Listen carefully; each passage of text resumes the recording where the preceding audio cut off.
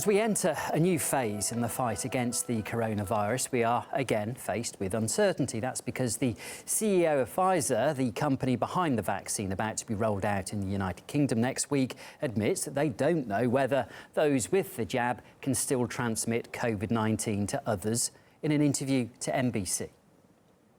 Even though I've had the protection, am I still able to transmit it to other people? I think this is something that needs to be examined. We are not certain about that right now. OK, let's get more on this now from Shadia Edwards-Dashty, who joins us from London. Good afternoon, Shadia. Today's statement then from the CEO, I suppose, just adds to the recent uncertainty about this jab.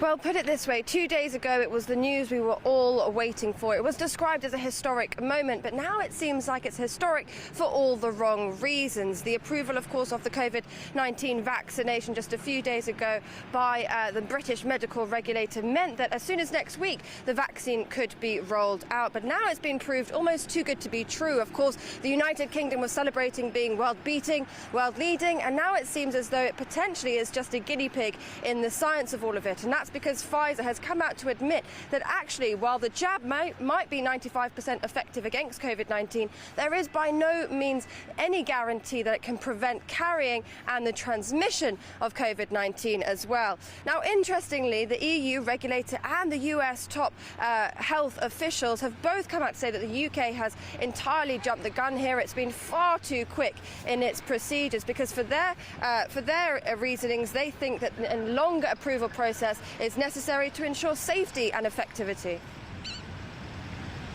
They kind of ran around the corner of the marathon because they really rushed through that approval.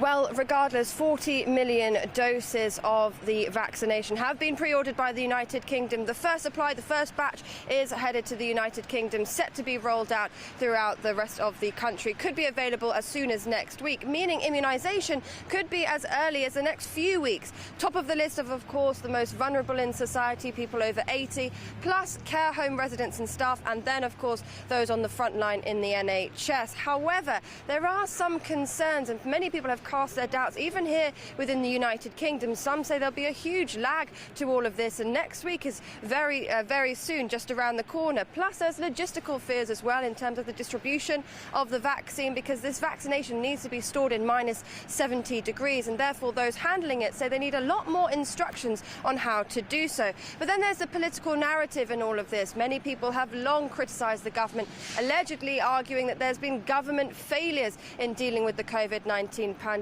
And they say that this is just more talk rather than action. And it's only been exacerbated today by cabinet ministers who are ramping up this rhetoric. Well, I just reckon we've got the very best people in this country, and we've obviously got the best medical regulators, much better than the French have, much better than the Belgians have, much better than the Americans have. That doesn't surprise me at all, because we're a much better country than every single one of them.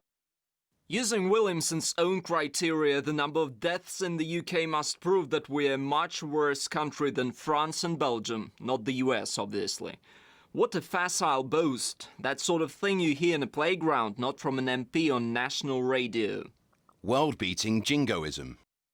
Brits got it first because of how badly they're doing in controlling COVID-19, so exactly the opposite of what they're claiming. So there, Gavin Williamson saying that the United Kingdom is world-leading and is a much better nation than any other. But at what is the question the public really have? OK, thank you, Shadia. That was Shadia Edwards-Dashty reporting there from London.